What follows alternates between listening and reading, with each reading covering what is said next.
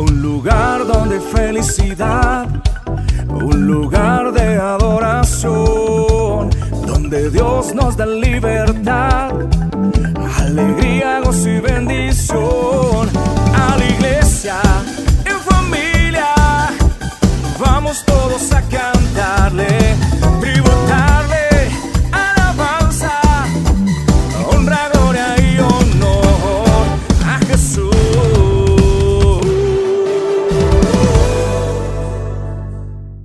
Pero cuando conocimos al verdadero Dios de nuestras vidas, al Dios que no está crucificado, al Dios que está resucitado y que vive por siempre en cada momento de nuestras vidas, cuando empezamos a creer en esto, Dios empieza a transformar nuestras vidas. Y quiero que en esta mañana nos pongamos de acuerdo acerca de lo que Dios anhela y desea para usted que está aquí. Yo digo, ustedes son los invitados hoy domingo. Entonces, qué bueno cuando yo determino como iglesia creerle a Dios y celebrar con Él el Día del Padre, hoy aquí. Y no quiero entrar en eso de decir si celebro o no celebro. Celébrele a Dios. Y la mejor celebración es poder escuchar su palabra para poder educarnos y hacernos crecer en el Espíritu. Yo digo, si levantan la mano los hombres aquí, nos daría vergüenza, porque las mujeres nos apabullan. Y debería estar lleno de hombres. Yo siempre he dicho, las iglesias debería estar llena de hombres, porque sobre ellos descansa el peso de toda su familia, de toda su casa. Si no hay hombres que soporten el peso, pues Dios va a colocar mujeres que les va a fortalecer y les ayuden a poder soportar el peso de su casa. Es un poquito más complicado, porque Dios ha determinado un rol en cada uno de nosotros. La esposa es nuestra ayuda idónea y nosotros somos los sacerdotes escogidos de Dios para esta labor. Entonces, no los estoy regañando a ustedes, los estoy regañando a los que no vinieron. Como esto es transmitido, alguno va a escuchar y va a sentir, ¿sí? Y va a contar el porqué de esto. Vamos a seguir trabajando en un tema bien interesante que se llama la oración de una iglesia saludable. Es el mismo tema que estamos trabajando, que se llama la oración del creyente, la oración como fuerza. Yo quise hoy colocarle al tema, decirle la oración de una iglesia saludable. ¿Por qué quiero decirle de la oración de una iglesia saludable? Porque una iglesia que está sana, que es saludable, puede orar y puede tener sentido su oración. Mientras que una iglesia que está enferma y ora, pues no tiene sentido su oración. Y la única forma de poder ser saludable en la oración es por poder aprender acerca de la oración. Si tú no aprendes acerca de la oración, no vas a hacer nada. Llevamos aproximadamente, creo que un mes, trabajando sobre principios de oración. Voy a hacer hoy algo diferente. Yo quiero preguntarle a alguien, ¿tiene un principio de oración de los 10 o 15 principios que hemos visto? ¿Por qué quiero decirle?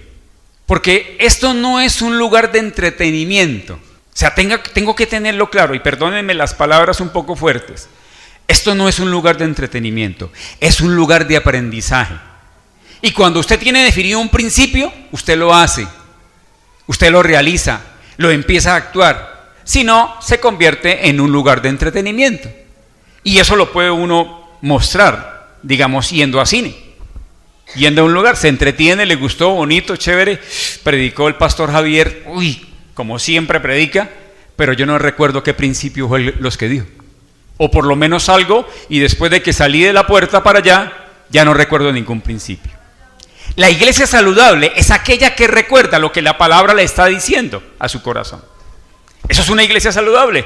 Y transita sobre la palabra que ha escuchado. ¿Me hago entender? Tengo que salirme de la religiosidad acostumbrada.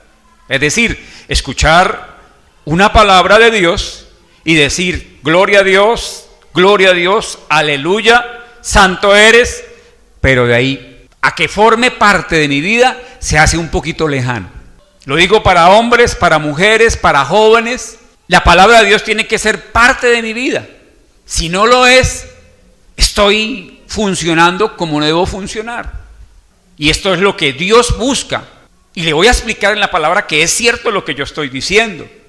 No es invento de un pastor que está queriendo mostrar otras cosas o que quiere ser regañón. Yo no soy regañón ni la pastora es regañona. Simplemente actuamos en los principios que Dios quiere establecer en la iglesia.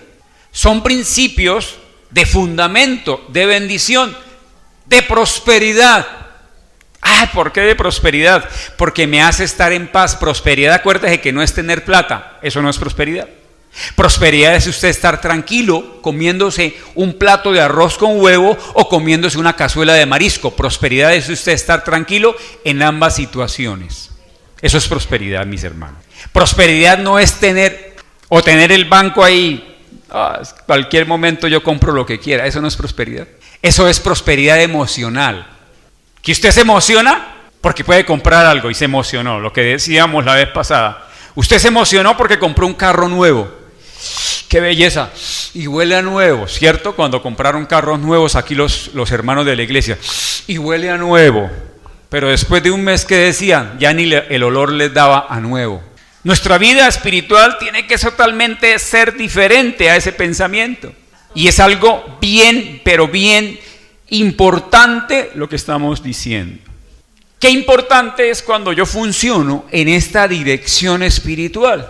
Es muy importante, iglesia. Tal vez tú digas en esta mañana, Dios no me responde las oraciones. Sigo en una condición que es casi peor que cuando yo empecé en la iglesia. Y podemos llegar en esto. ¿Por qué será? ¿Qué sucederá? Yo estoy casi seguro que no está caminando en los principios que Dios estableció. Porque si yo camino en los principios que Dios estableció, habría en mi vida una bendición, un fundamento, un crecimiento espiritual. Podríamos orar y tener seguridad que ese enfermo se sana, no se muere, se sana. Podríamos determinar oración por algo económico que nos hace falta y sé en el nombre de Jesús que lo podríamos obtener. Entonces, cuando un principio me ayuda a esto, yo tengo que hacerlo parte de mi vida. No puede convertirse como en algo que yo puedo llegar y decir, no, voy a ir a la iglesia, la berraquera, chévere, todo. Pero lo que escucho en la iglesia no lo trabajo, no lo funciono. Y es lo que queremos hacer nosotros. Asambleas de Dios es un concilio de más de 100 años. Y ellos este año han querido que nosotros funcionemos como una iglesia saludable. Una iglesia saludable es la que funciona en principios bíblicos, no principios pastorales. Es decir, no lo que diga el pastor o lo que establezca la iglesia, no. Es lo que la palabra me enseña en poder realizar y hacer como un principio fundamental en mi vida espiritual. Amén. Yo le quiero decir algo. En cada lugar que Dios disponga, será una oportunidad de levantar una oración que desafíe lo imposible para ese lugar. Mire lo que les estoy diciendo. Ustedes aquí están en una escuela en la cual están preparándose, están adiestrándose, están siendo empoderados para que en otro lugar puedan orar y transformar el lugar. Esto es lo que tengo que entender. Hacer hombres y mujeres que desafíen lo imposible. ¿Qué es lo imposible? En un lugar donde haya corrupción, donde haya pecado, donde haya tinieblas, que un hijo de Dios que se levante bajo los principios divinos pueda transformar el lugar. Y esto es lo que Dios busca. El día de ayer tuve varias alegrías. Una de las alegrías es trataron de desalinearme con el programa que había en la tarde, pero gracias a Dios quedó todo alineadito.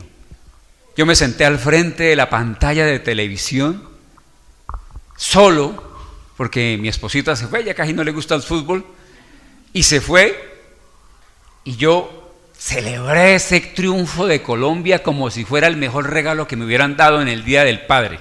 ¿Sabes por qué? Hay emociones todavía en mi corazón. Y yo decía, Señor, ¿estoy equivocado en esto? Porque muchas veces podemos llegar a decir, Señor, en vez de estar adorándote en estas 2 horas de transmisión de fútbol. Y recordaba la palabra cuando habla de Elías. Y como estamos hablando de Elías, pues me entoné con esta situación. Yo decía, ¿hace cuántos años que no le ganábamos a Argentina con esta posición, con esta holgura? Mira, ahí hay una hincha de la Selección Colombia. 2 años. 12. Ay, perdón, 12. Yo no sabía, pero sabía que era mucho tiempo. Yo no sé si ustedes están los de la generación del 5-0. Levanten la mano los de la generación del 5-0. Son muy poquitos. Del 5-0. Vivimos ilusionados durante muchos años con ese 5-0 y de ahí no salimos.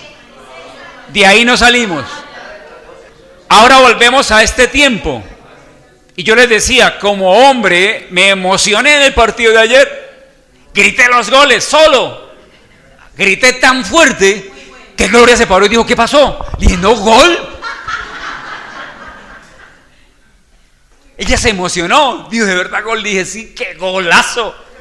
Es que primera vez que veo jugar una selección renovada, cambiada. Es decir, los que estaban ya volviéndose veteranos, ya no nos importa que salgan del equipo porque viene una nueva generación. Y así lo digo para la iglesia. Yo no me preocupo dejar la iglesia.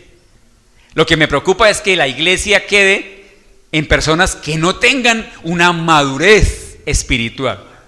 Eso es lo que me preocupa.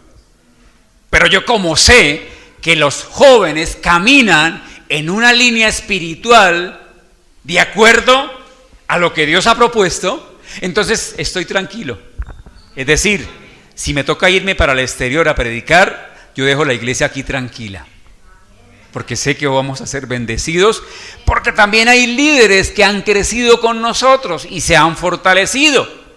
Entonces, esto veía en la Selección Colombia y tenía este pensamiento, pero la palabra llegó a mi mente y Santiago 5, 17 y 18 dice así, no la busquen, yo se las leo.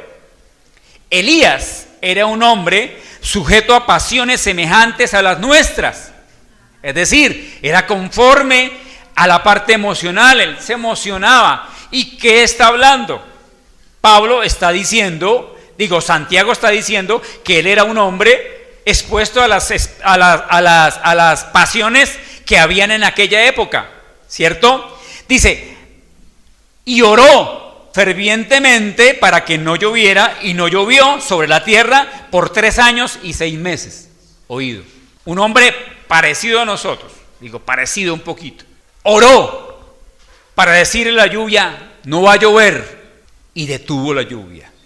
Y otra vez oró en Santiago 5:18, dice, y otra vez oró, y el cielo dio lluvia, y la tierra produjo su fruto. Amén. Entonces vino otra vez el alma a mi cuerpo. Entonces dije, sí, vámonos a celebrar afuera.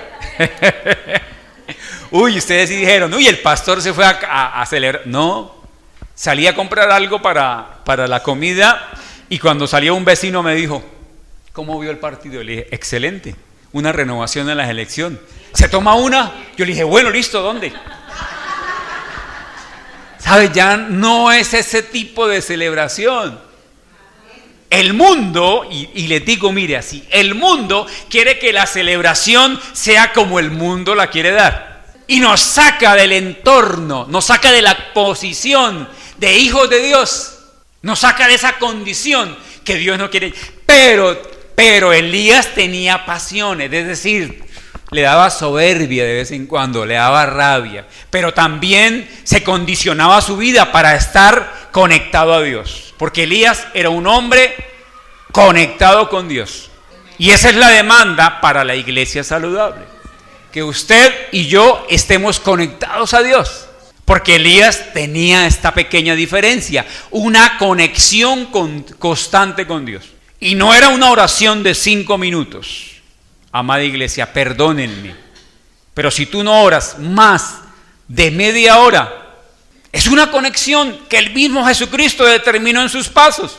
¿Cómo no han sido capaces de orar ni siquiera 1 hora? O sea, ya establece un tiempo, establece un momento, cuánto debo orar.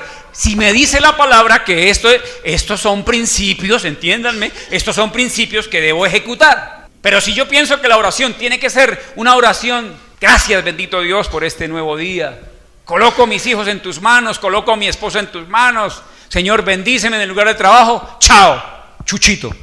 No tiene ni comienzo ni final. Yo quiero que usted se ponga de acuerdo acerca de esto. ¿Sabes algo, amada iglesia? Dios espera de nosotros lo que Él sabe que podemos hacer. No nos va a exigir más. ¿Sabes? Nosotros debemos colocar lo que hemos aprendido de Dios, es decir, una oración ferviente. Y habla de Elías, de una oración ferviente. ¿Y qué quiere decir una oración ferviente? Una oración eficaz, una oración sencilla, una oración apasionada. Y me encajona en algo, una oración de intercesión por otros. ¿Sabes? Siempre nuestra oración se centra en lo que yo necesito. Necesito. Pero Dios busca hombres y mujeres que doblen sus rodillas por otros. Y por esto quiero que me entienda y me comprenda. Dígale a la persona que está a su lado, te están hablando. Te están hablando. Y mire lo que les estoy diciendo. Hay algo pero bien interesante. Hoy la palabra de Dios, yo sé que les va a hablar a los que están aquí. Si me prestan atención. Si no me prestan atención, no soy instrumento. O sea, el instrumento está actuando, pero el receptor no está actuando. No era por usted, era por otro. Cuando Alemania, y míreme lo que yo quiero decirle en esta mañana. Cuando Alemania iba a invadir a Inglaterra, se paró Adolfo Hitler, dijo voy a invadirlo. Pero se paró Winston Churchill. ¿Usted sabe quién era Winston Churchill? Era el primer ministro de aquella época. Y él sintió lo que venía. Él sintió con los alemanes. Él mismo decía, y Alemania le extendió un pacto a Inglaterra. Tranquilos, no se preocupen. Pero ¿sabe lo que había visto Winston Churchill? Que era un mentiroso. Y dijo, aquí no hay nada que hacer. Alemania está poderosa y nos puede destruir. Es más, nos viene a invadir. ¿Y sabe qué hizo Winston Churchill? Se levantó y en su transmisión por todo el país dijo, la única forma de detener a los alemanes es que ustedes oren en sus casas, junto con sus familias, que hagan cadenas de oración para detener el día malo en este país. ¿Y sabes qué pasó? Se unieron todas las familias y empezaron a orar en una cadena de oración como las que hacemos aquí. Pero ya oraron. ¿Sabes qué pasó? Los alemanes nunca llegaron. Dicen que una espesa niebla cubrió el lugar y ellos no pudieron ir, no sabían para dónde iba y les tocó regresarse a los alemanes. No volvió a saberse más de Alemania porque después fue derrotada. Dijo la reina de Inglaterra, pónganle cuidado lo que dijo la reina de Inglaterra, le temo más a hombres y mujeres que oran que a un ejército armado hasta los dientes. Le temo más a hombres y mujeres que oran. ¿Me entiendo? ¿Me hago explicar del significado de tener una oración saludable? ¿Cuántos tienen necesidad en este lugar? Yo sé que todos. ¿Cuántos han orado con una oración ferviente que toca el corazón de Dios? ¿Y somos creyentes? ¿Y somos cristianos? ¿Estamos aplicando los principios? ¿Estamos tomando nota? O por lo menos, mire, hay algo que estamos haciendo en la iglesia y es que estamos grabando la predicación. ¿El pastor está ocupado? Sí, yo estoy ocupado. Yo salgo desde las 6 de la mañana de mi casa y vuelvo a las 6 de la tarde. Estoy ocupado todo el día. Pero sabes, yo incluso me escucho la predicación y me conmuevo. Porque no siento que no soy yo el que está hablando, siento que es el Espíritu Santo que habla a través de mí. y me hace conmover. Pastor, pero a usted no le queda tiempo. Saco tiempo. Yo me uno a las cadenas de oración, yo me uno a los momentos de liderazgo de oración.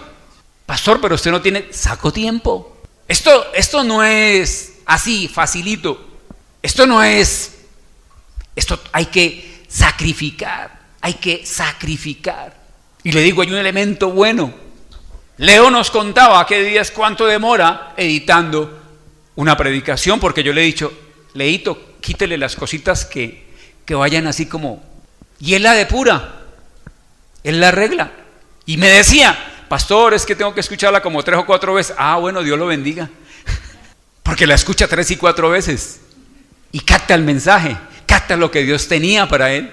Entonces, ¿qué puedo hacerlo? Yo puedo aplicar esto. Yo puedo decir un domingo en la tarde, voy a escuchar la predicación del domingo pasado, voy a escuchar la predicación de hoy, qué sé yo, y puedo recapitular si no tomo apuntes.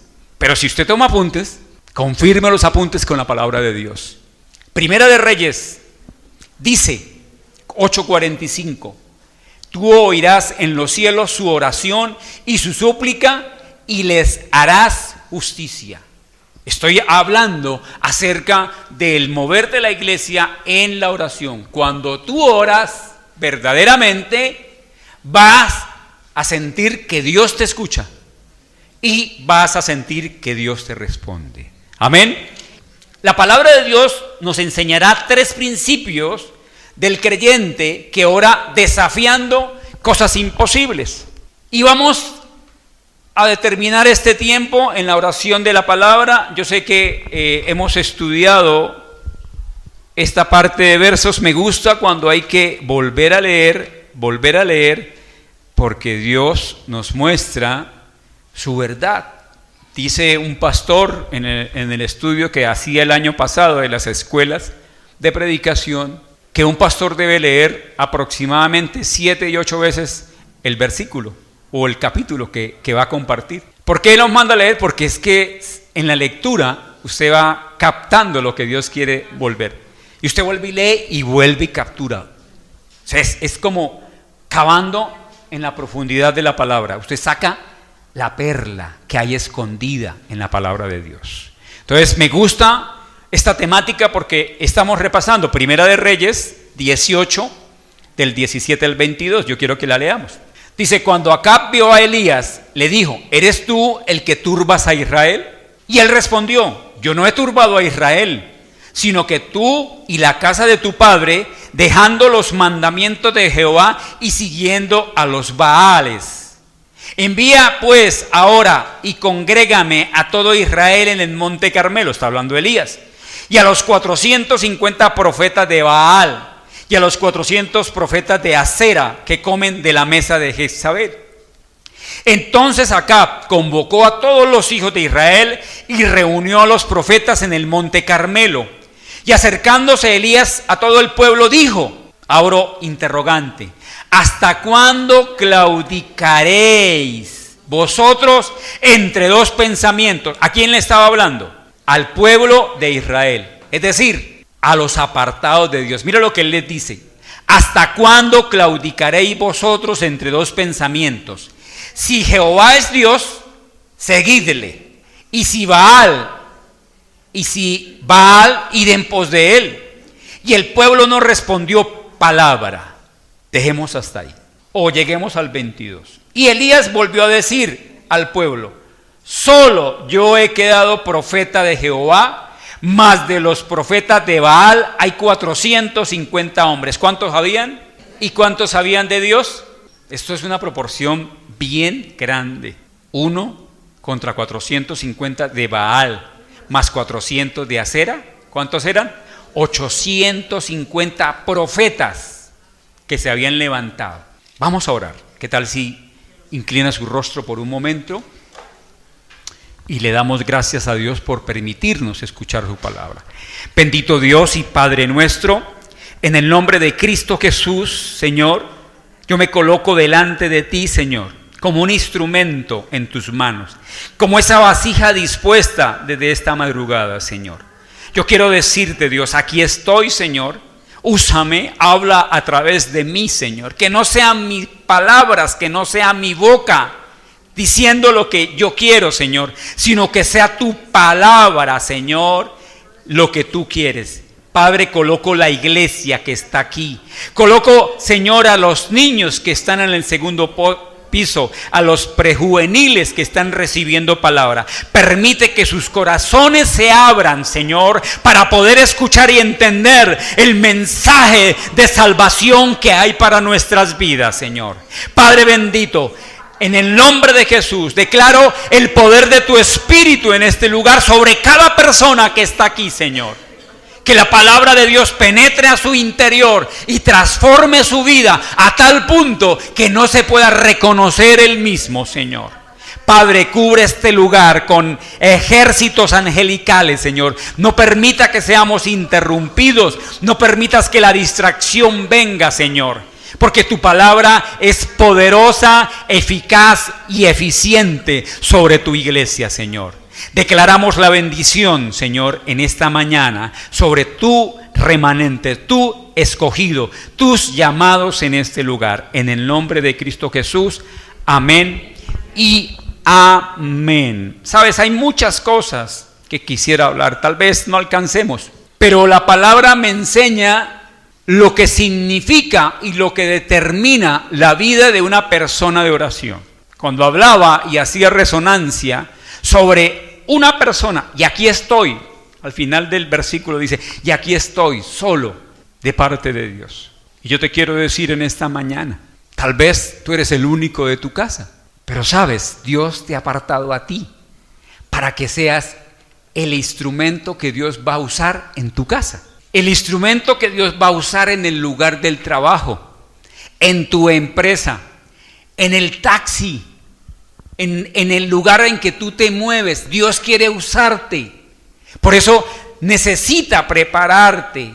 Dios determina profetas para poder cambiar la situación en un lugar. Y tienes que reconocer que tú has sido llamado para ser profeta de Dios a las naciones. Pensamos que el profeta es aquel que se levanta en un púlpito y declara y señala. No sabes, tú eres un profeta de Dios, porque tú estás ahí, tú conoces la necesidad de la persona que está a tu lado, tú conoces la necesidad de aquellas personas que viven y conviven contigo, tú la conoces más que el pastor. Luego tú eres el que tienes la obligación de predicarle la palabra a aquella persona que está ahí, o simplemente, porque algunos dirán, pastor, pero es que yo casi no tengo parlamento. ¿Sabes cómo se predica? Modelando, mostrando lo que Dios ha hecho en mí. ¿No necesitas predicar? Modélale lo que Jesucristo está modelando en tu vida. Yo no sé si usted me entiende en esta mañana. Yo espero que sí.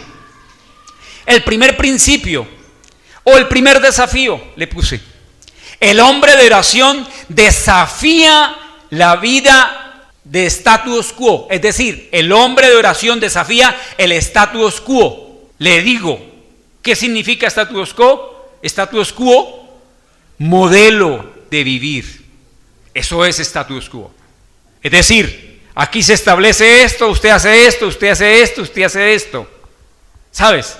El gobierno estableció un status quo. Usted tiene que pagar impuesto. Si no lo paga, va a la cárcel. Eso es un status quo. Yo tengo, y hay una determinación en lo que me dice la palabra. El hombre de oración desafía el status quo. ¿Sabe qué podemos hacer? Y lo entiendo de primera mano. Que cuando yo critico tanto al gobierno, tal vez ni siquiera estoy orando por el gobierno. Critico a Uribe, critico al presidente, critico a los de la FARC, pero pregunto, ¿estás orando para que el status quo sea cambiado? ¿Qué andamos haciendo? Nuestra vida en Cristo siempre va a tener desafíos y van a estar delante nuestro. Ya Dios los ha dispuesto y así lo hace para poderte entrenar y que tú enfrentes estos desafíos. Por esto Elías lanzó este desafío al rey Acab. Y ahorita empezamos a desglosar la palabra. Yo te pregunto en esta mañana, y para ponernos en contexto, la iglesia, ¿cuál es tu desafío? ¿Cuál es el gigante que te perturba? ¿Contra quién o contra qué es tu lucha? ¿Sabes? Una persona de oración vence el temor porque su confianza no está puesta en él, sino en Dios Todopoderoso. Y podemos empezar a entender esto. Cuando tengo temor de los gigantes, es porque no tengo confianza en Dios. Pero cuando mi confianza está depositada en Dios, ¿sabes? Antes pregunto, suélteme en otro más gigante. Dice la palabra en el Salmo 44, bienaventurado el hombre que puso en Jehová su confianza y no mira a los soberbios, oído iglesia, ni a los que se deslizan tras la mentira. Y qué interesante es mostrar lo que me dice David. Él colocó la confianza en Dios, no coloca la confianza en lo que dice el hombre, en lo que establece el status quo, en lo que establece el mundo. Esto es así, celebración Día del Padre, celebración del Día de la Madre todo el mes, ¿cierto? Eso es el status quo, una celebración impuesta. Imagínese usted el fútbol, ¿cómo se maneja? El fútbol lo maneja las cerveceras, y la principal propaganda de las cerveceras es promocionar el partido de fútbol. Y entonces presentan ahí tapando ahí la cervecita y tal. Así le cambian ahora creyente, ¿sí? Le pusieron creyente. Lo veíamos con Gloria, aquí hay como influencia de Falcaíto, que ya cambió su pensamiento de decir yo, ¿sí? Ahora es creyente. Vean la propaganda. Pero está detrás de un águila. ¿Qué significa esto? Toquemos a otros. Ayer escuchaba por la radio, ahora escucho radio. Y decía en una emisora cristiana, decía, qué emoción, hoy Colombia juega con Argentina, y emocionados los locutores. Y le preguntaban a uno y a otro, ¿cómo va a quedar el partido? Unos 2-0, 3-0, otro llegó y se paró una señora y dijo, Colombia siempre le sucede lo que le sucede. Eso parece que le fuera a ganar a todo mundo, y apenas se enfrenta con los países como Argentina, ¡pum!, le dan. Así lo dijo una persona creyente. Otro se levantó y por teléfono le dijo, señora, al menos tenga fe. ¿Me hago entender? O sea, estaban metidos dentro del modo fútbol, como decían. Están metidos dentro del status quo. Y yo no digo que sea perjudicial, pero me puede conllevar. Y entonces uno de los que estaba ahí, ¿y qué va a hacer? No, ¿dónde va a ver el partido? Entonces dijo uno de los locutores, no, yo tengo que verlo en pantalla gigante, lleno de gente, ahí en un lugar bien conocido y bebiendo cerveza. Yo imagino que sí, porque si colocan una pantalla gigante van a vender cerveza. Y la otra persona que estaba a su lado dijo, ¿y usted qué va a hacer? Dijo, no, yo voy a estar reunido con el pastor, que tenemos reunión hoy. Ay, pero lo dijo con una voz, ay, voy a estar reunido, una reunión de liderazgo con el pastor. Dese cuenta lo que puede conllevarme el status quo. O sea, me arrastra la ola de la pasión, la ola amarilla antes decían, ¿no? Me arrastra la pasión del fútbol. Aquí donde ustedes ven este pechito, jugó fútbol hasta el cansancio. Jugó en liga de primera. O sea, antes de la profesional hay una liga de primera. Y jugué. Es más, jugué en Guayabao. 18 años. El día anterior me encontré con unos amigos, compañeros de estudio, full tomata, y al otro día me fui a jugar. Y dije ¿y ahora yo qué hago? Me siento como raro, como pesado. Y entonces alguien me dijo, tómese una Coca-Cola con aspirina y verá que vuela. Claro, el corazón casi se me vuela, casi se me revienta. Pero estaba metido en lo que me llevaba esta afición. Y jugué por muchos años fútbol, hasta que un día me lesionaron. Duré como 6 meses y Dios permitió esto, y en ese tiempo conocí de Dios y me daba cuenta que había perdido mucho tiempo jugando fútbol. Tiempo que había podido acompañar a mi esposa, a mis hijos, en muchas situaciones. Pero era algo de lo que me hacía sentir bien. ¿Me hago entender? Dios hoy busca que nuestras vidas sean de oración. que desafía lo imposible sostenido por una fe en Cristo Jesús. ¿Por qué estoy hablando esto? Porque Elías enfrentó al rey Acab. Y yo quiero que miremos algo. Miremos la porción, versos 17 y 18 del mismo capítulo. Dice, cuando Acab vio a Elías, le dijo, ¿eres tú el que turbas a Israel? Y él respondió, yo no he turbado a Israel, sino tú y la casa de tu padre, dejando los mandamientos de Jehová y diciendo a los Baales, y siguiendo a los Baales. Yo quiero decirte algo, esto suena como muy suave entre dos personas que se odian. Y si tú miras en el contexto, el rey de Israel, Acab, se había unido con Jezabel, la bruja, acuérdense. Y ella le había colocado en su corazón levantar a dioses ajenos, Baales. Y había hecho y formado un ejército de profetas, de sacerdotes que adoraban a el dios Baal y a la diosa Acera. Y cambió el pensamiento del rey. Y el rey lo transmitió al pueblo. ¿Sabes? Cuando el gobernante es corrupto, se transmite esto para su pueblo. Cuando el gobernante es honesto, se transmite esto para su pueblo. Y uno fácilmente puede darse cuenta quién es corrupto y quién no es corrupto. Tú miras a los senadores y te das cuenta quién es corrupto y quién no es corrupto. Ahora es mucho más fácil. Es tremendo, ¿cierto? Y no quiero meterme en política. Simplemente estoy hablando del status quo, acuérdense. Un hombre de oración ferviente es desafiado a mover el status quo. Elías, 3 años y 6 meses, lo leímos al comienzo, 3 años y 6 meses, le dijo que iba a cesar de llover. Y el rey, eso es pura carreta, dejó de llover 3 años y 6 meses. Y usted sabe lo que implica dejar de llover en un lugar. Por favor, alguien que me diga qué implica que deje de llover en un lugar. Muerte, sequía, perdición, malestar, mal, hambre. Eso significa. ¿Cómo se sentiría el rey Acab cuando Elías se le enfrenta? ¿Qué hubo, Elías? ¿Qué hubo, rey Acab? ¿Sabes? El diálogo tiene que ser tenso. El diálogo tiene que ser tenso. Y Elías le confrontó. Y leía un poco más profundo la palabra acerca de lo que dice Acab. Tú eres el que turbas a Israel. Y sabe que en hebreo la expresión esta, en la raíz hebrea, ¿sabe qué significa? Tú eres la víbora que hace daño a Israel. Eso es el verdadero significado. No lo que está escrito ahí. En hebreo dice, tú eres la víbora, tú eres la alimaña que está haciendo daño a Israel. Le está diciendo a Elías. Pero ¿sabe cómo se levanta Elías y le dice? ¿Cuál alimaña?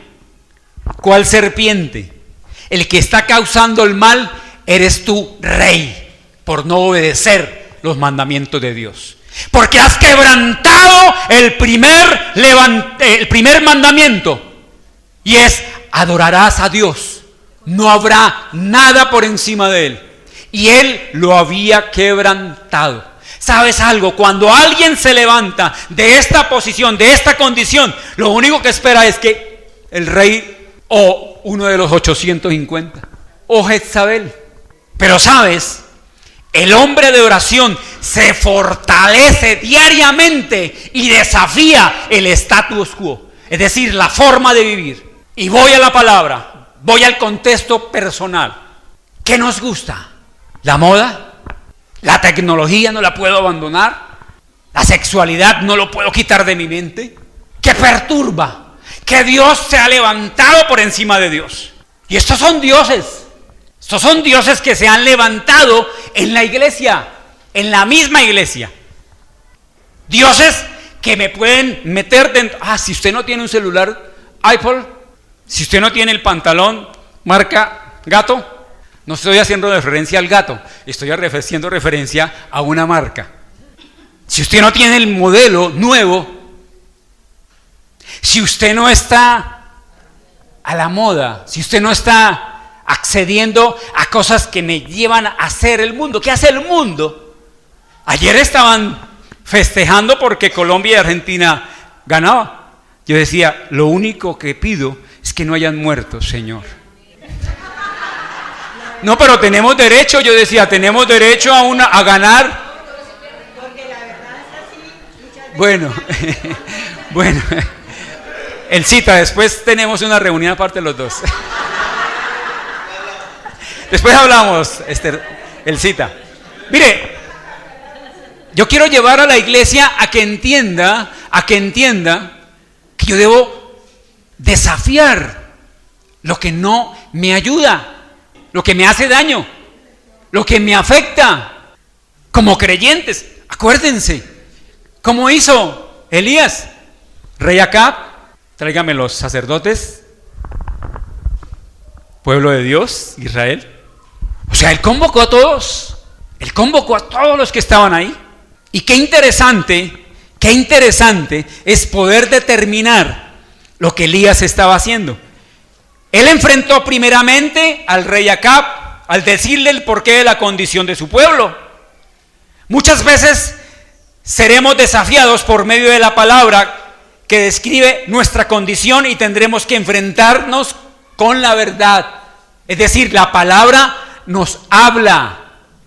¿En dónde estamos equivocados? Usted está equivocado en esto. No, pero es que yo no, eso no es. Está equivocado en esto. Muchas veces vamos a ser desafiados. La palabra de Dios siempre me confrontará y siempre va a confrontar mi condición antes que confrontar a los demás. Un hombre de oración lleno del Espíritu Santo será luz y desafío para otros. Cuando David, y quiero salirme un poquito del contexto, esto es algo que también me mostraba Dios en esta mañana. Cuando David, el pastor de ovejas, fue ungido con aceite, el Espíritu Santo vino sobre él y estuvo con él. Eso está en 1 Samuel 16, 12 y 13. Si quiere lo leemos. 1 Samuel, capítulo 16, 12 y 13. Dice la palabra: envió pues por él y le hizo entrar, y era rubio, hermoso de ojos y de buen parecer. Entonces Jehová dijo: levántate y úngelo, porque este es. Y Samuel tomó el cuerno del aceite y lo ungió en medio de sus hermanos, y desde aquel día en adelante el Espíritu de Jehová vino sobre David. Se levantó luego Samuel y se fue y se volvió a Ramá. Yo quiero decirte algo. Dios te ha traído a este lugar.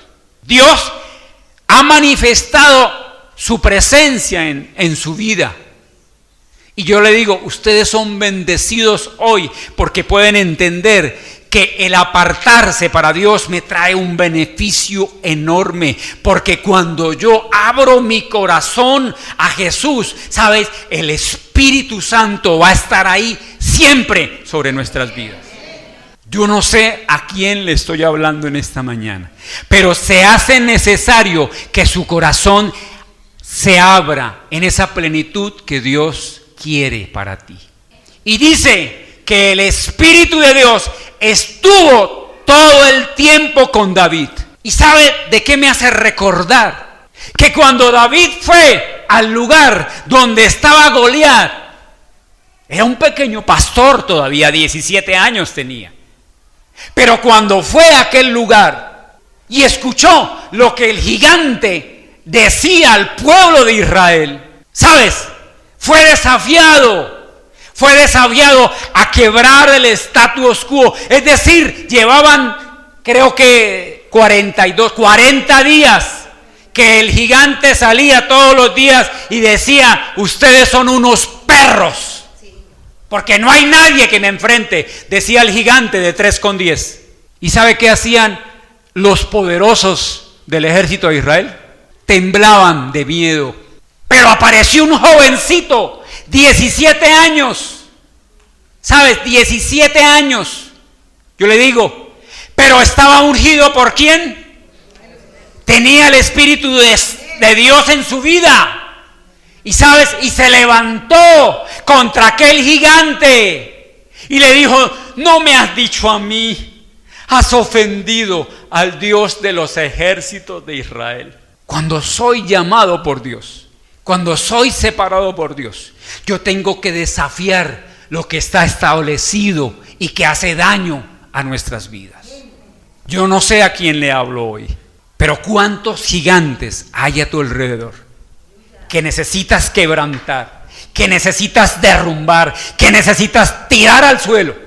Son gigantes que se levantan para angustiarte, para hacerte ver, tener temor. Pero sabes, un hombre y una mujer que ora, que se apasiona por Dios, va a tener el Espíritu Santo que le va a hacer fuerte y tumbar todos estos gigantes. Yo no sé si usted le puede dar un aplauso al Señor.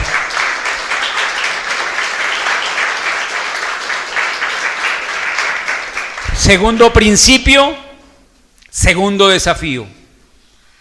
Un hombre de oración desafía el entorno. Un hombre de oración desafía el entorno. Primera de Reyes 18 y 19. Envía pues ahora y congrégame a todo Israel en el monte Carmelo, y los 450 profetas de Baal y los 400 profetas de Acera que comen de la mesa de Jezabel. ¿Sabe qué significa? ¿Y sabe qué está determinando? Un entorno, un lugar. Un hombre de oración desafía el entorno donde vive. Nuestra vida en Cristo puede nacer como ese remanente de Dios. ¿Y sabes qué significa un remanente de Dios? Lo que quedó. Yo le digo algo. Tal vez en tu casa no daban un peso por ti. Tal vez en tu casa no confiaban en ti. Tal vez habían hecho cosas que no daban confianza.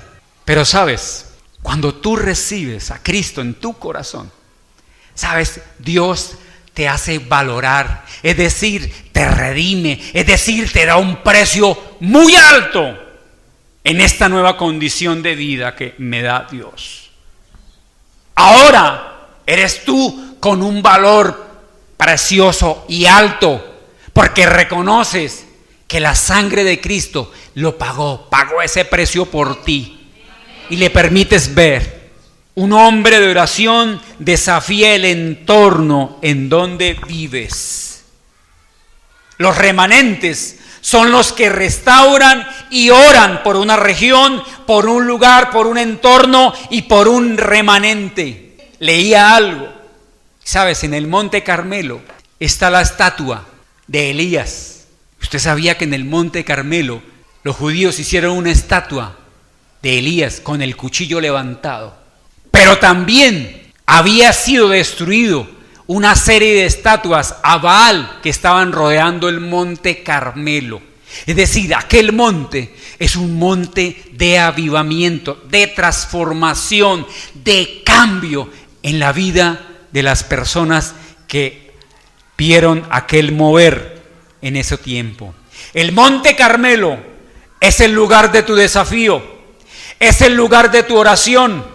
Es el lugar donde se mueve la mano de Dios, es el lugar donde comienza el avivamiento. El monte Carmelo es el lugar donde inicia una transformación. El monte Carmelo es el altar sagrado de adoración. El monte Carmelo es donde se manifiesta la gloria de Dios. El monte Carmelo, te lo voy a soltar, es este lugar. El monte Carmelo es el lugar donde adoramos a Dios. Y por esto digo, un hombre de oración desafía el entorno de donde vive. Hoy te dice Dios, tú estás aquí como el remanente de Dios, es decir, como lo poco que queda de tu casa, para que luches en oración, en intercesión, en ayuno por tu casa. ¿Sabe? Hay alguien que necesita la salvación de Dios en tu casa. Dios te ha colocado aquí para que ores por tu esposo, por tu esposa, por tus hijos, por tu familia. Hoy Dios te ha colocado aquí por los compañeros de empresa. ¿Sabes? tu oración tiene que mover el entorno en donde estás, porque tú estás determinado a hacer luz en la oscuridad que te mueves. ¿Sabe qué tristeza me da en el lugar que trabajo? Trabajo en un lugar que se llama el barrio Zafiro, en Piedecuesta.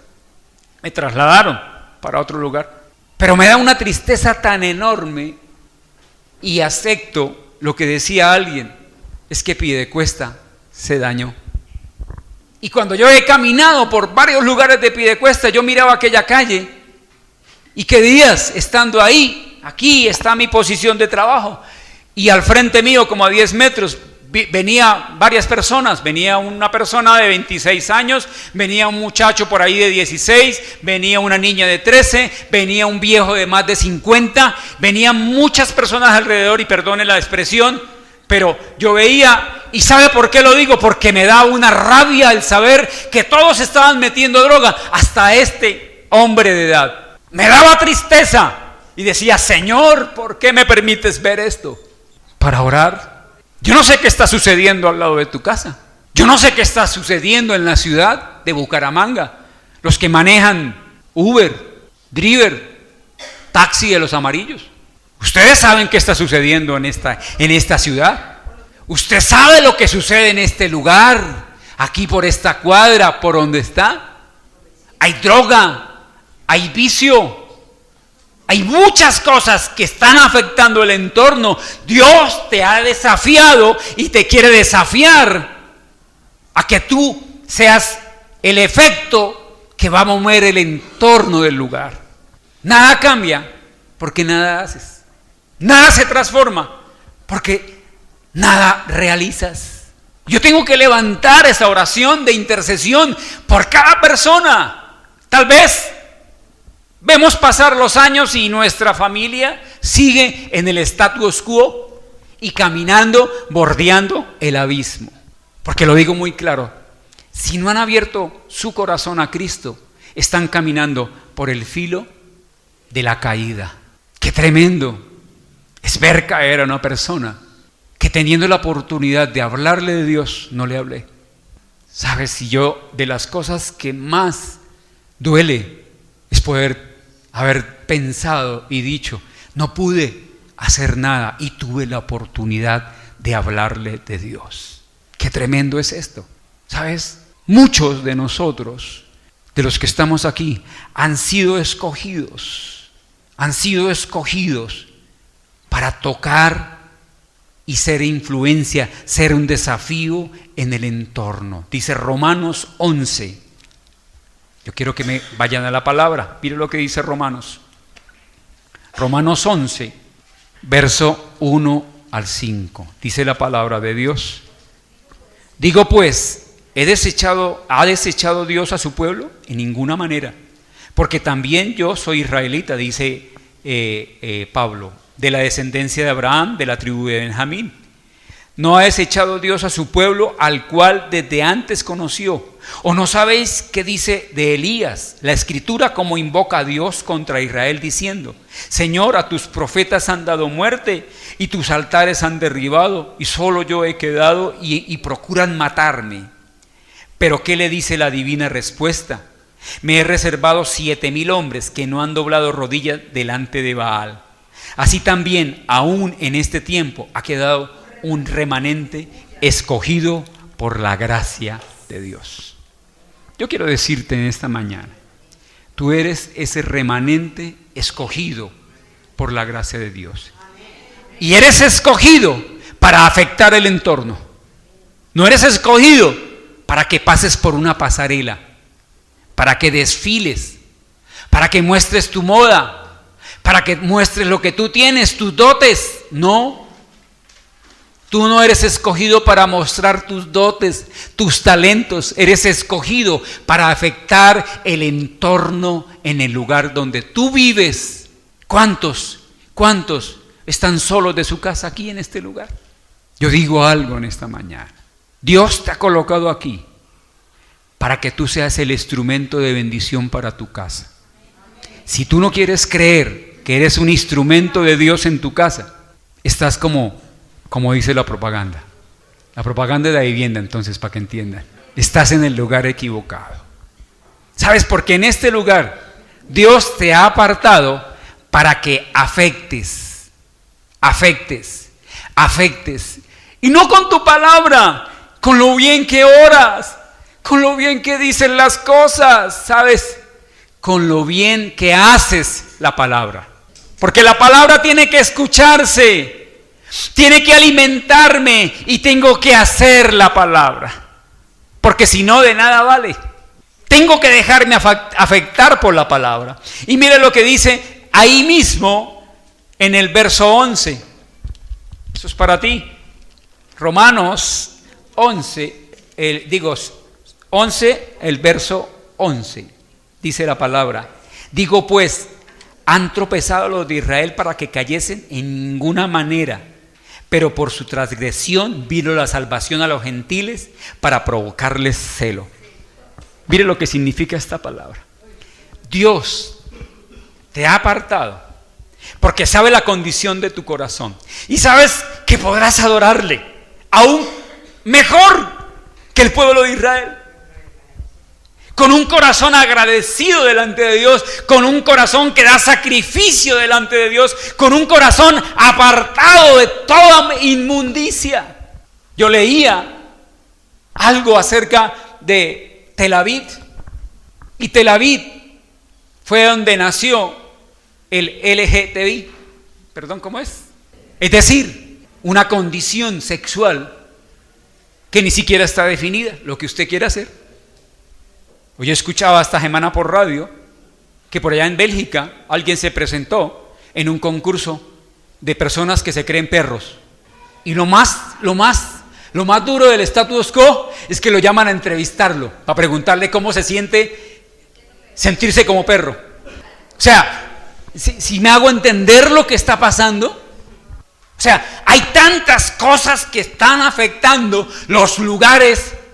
Y nosotros como creyentes no hemos sido capaces de afectar, aunque sea nuestra casa, un amén o un ayayay.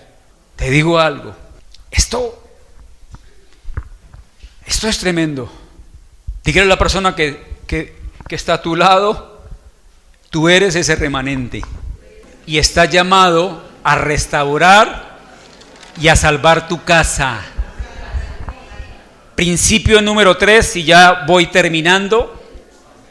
Un hombre de oración es desafiado a mantenerse. Versículo 20 al 22 de Primera de Reyes 18.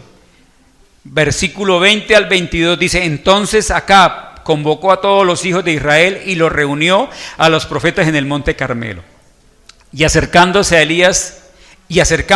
Elías a todo el pueblo dijo: ¿hasta cuándo claudicaréis vosotros entre dos pensamientos?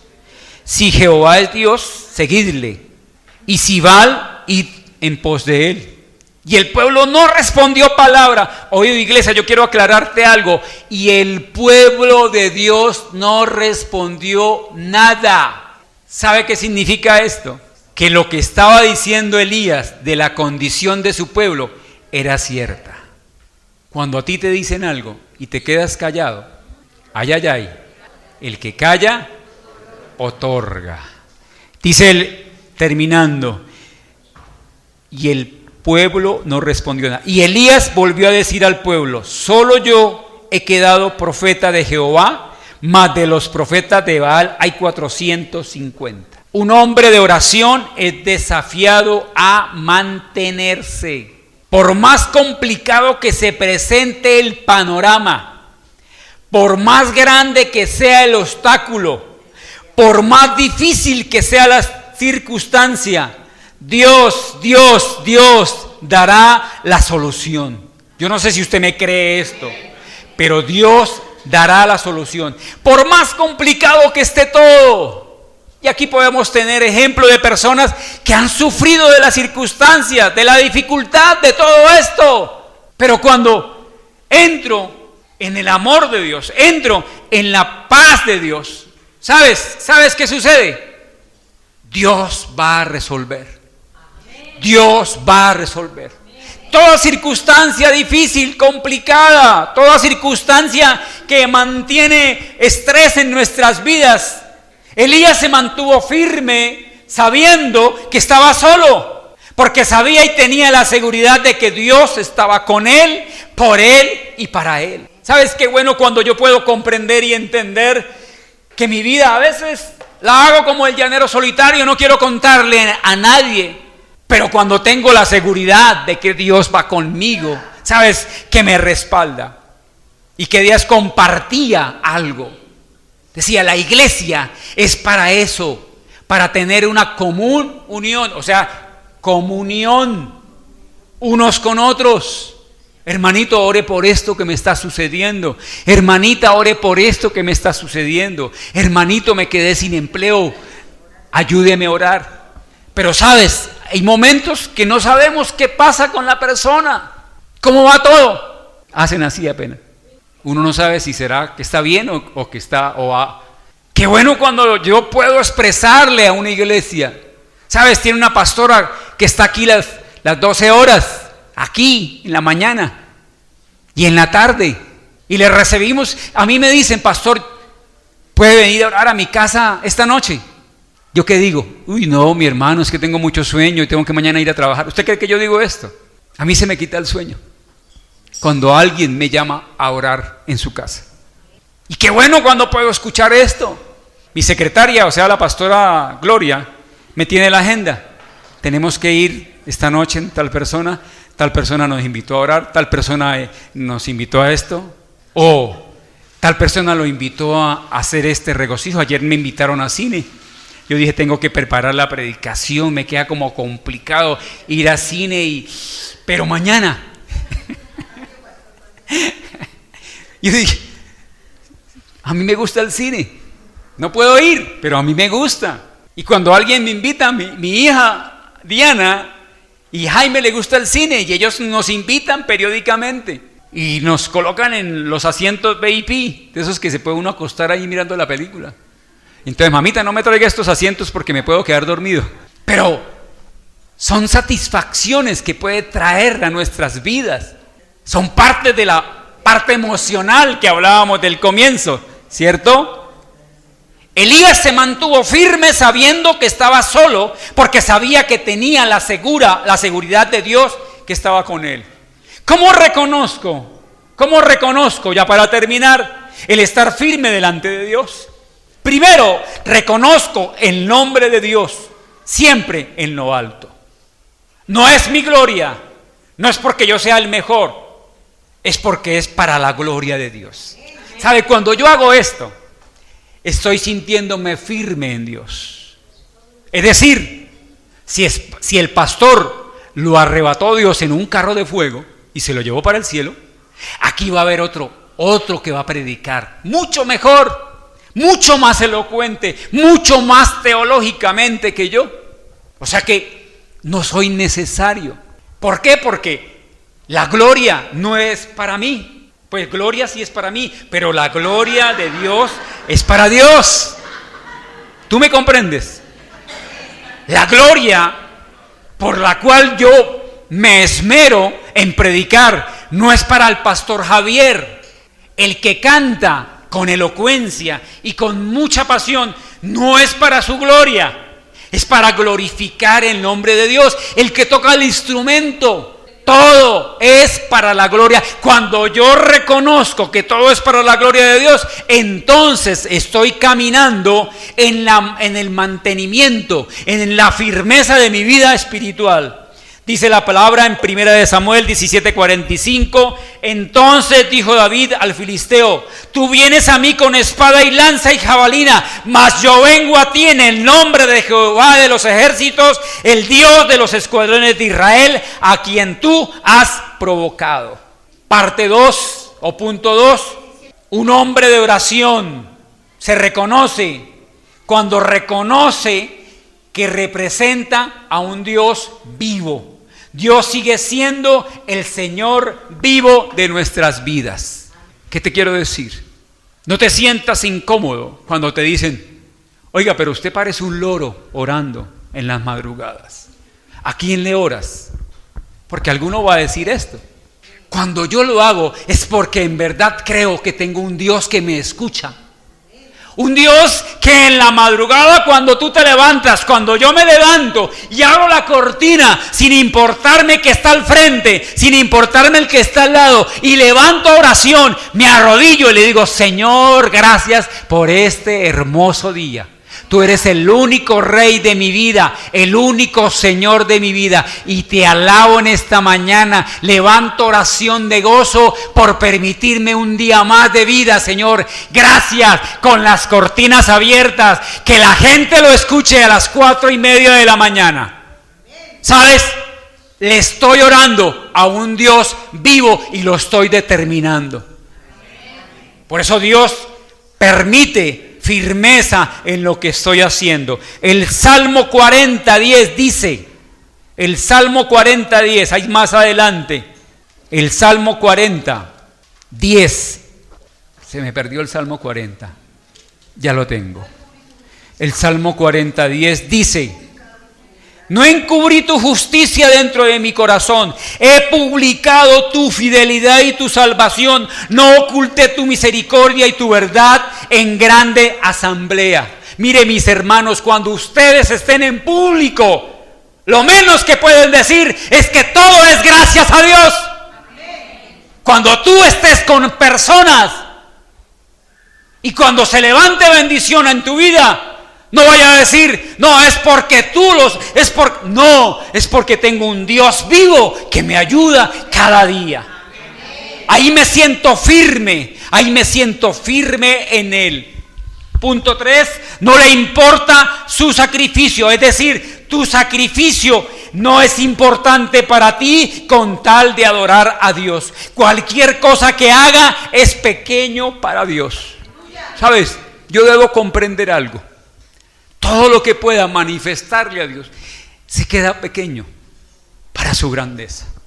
Yo no sé si ustedes vieron la luna ayer. Uno de los momentos más hermosos, una luna esplendorosa que brillaba con ese fulgor, todos celebrando y tomando trago, y yo salí a mirar la luna. Daba contrarresto, ¿cierto? Era como raro.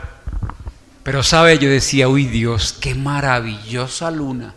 Y me acompañas ese cielo tan hermoso. Yo veía el cielo anoche y caminaba y miraba y le daba gracias a Dios por su magnificencia. No importa lo que yo haga, se queda pequeño. Nomás miraba la luna. Esto se queda pequeño para lo que yo hago. Mis armas son espirituales. Hablando de la firmeza. Mi lucha ahora es espiritual y depende de la firmeza y devoción delante de Dios. La persona de oración desafía lo imposible, desafía el status quo, desafía el entorno y es desafiado a mantenerse. ¿Sabes? Por último, Dios te da convicción de victoria. Tú andas en la firmeza de Dios. Tú andas en la firmeza de Dios y mantienes un espíritu victorioso en tu ser. Así te haya ido mal. Ayer me llamaba alguien a criticar y me decía: ¿y cómo está en la empresa? ¿Y cómo está usted en la empresa? Súper. Yo estoy aquí lo más de bien desde que salí de esa empresa. Él estaba trabajando conmigo, es operador de moto. Y pasó a trabajar en una empresa donde le dieron todo lo que no le habían dado en esta empresa. Entonces llamaba como a: ¿y usted por qué no se queja? ¿Usted por qué? A chicanear. Yo le decía algo como esto: Dios te colocó aquí y te hizo pasar por esos tragos amargos para darte bendición en otro lugar. A mí me gusta el huevo frito con arroz, pero también me gusta una sopa de camarones, un arroz con camarones, un filete, ¿cómo se llama? Un bistec a caballo. Cómanselo y van a decir: uy, con razón el pastor. Ya voy. Yo le voy a decir algo. Dios ha determinado en cada uno de ustedes un espíritu victorioso. Cuando Jesucristo murió, pero después resucitó, ¿sabes? Afirmó un espíritu de victoria en la iglesia creciente, en el remanente de Dios. Y tienes que colocarlo en tu corazón. Antes, en todas estas cosas, somos más que vencedores por medio de aquel que nos amó. Esto está en Romanos 8:37. Le damos gracias a Dios por esta oportunidad en la cual nos permitió comprender esos desafíos. Me envuelves hoy con una canción, melodía de tu amor. Cantas libertad en mi adversidad, hasta que huya temor. Ya no soy un esclavo del temor, yo soy hijo de Dios. Ya no soy un esclavo del temor, yo soy hijo de Dios. Na, na, na.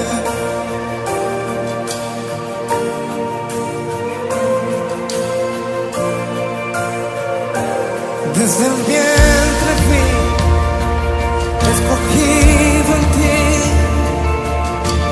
me llamo el amor. De nuevo nací, recibido en ti, tu sangre en mí fluyó.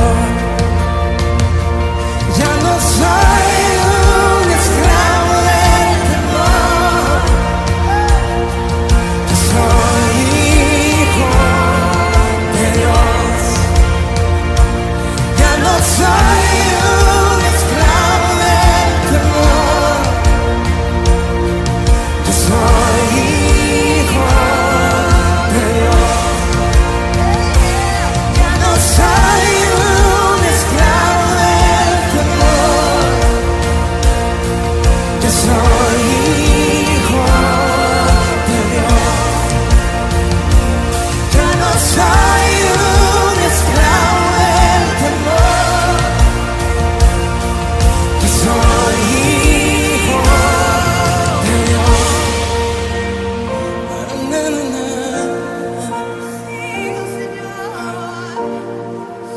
Levanta tus manos, iglesia.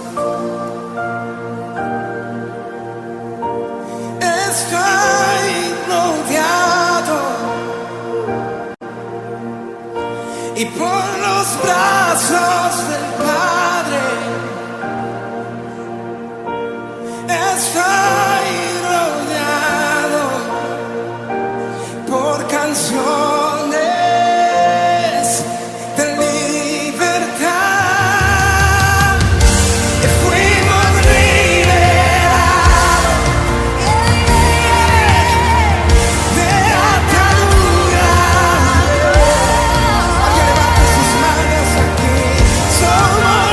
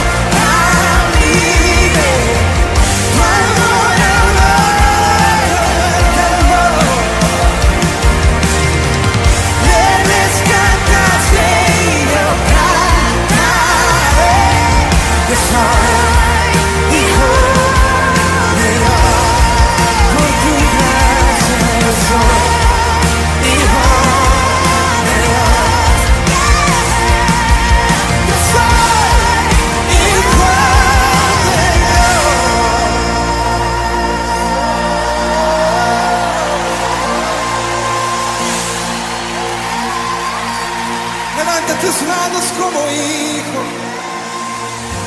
Levanta tus manos como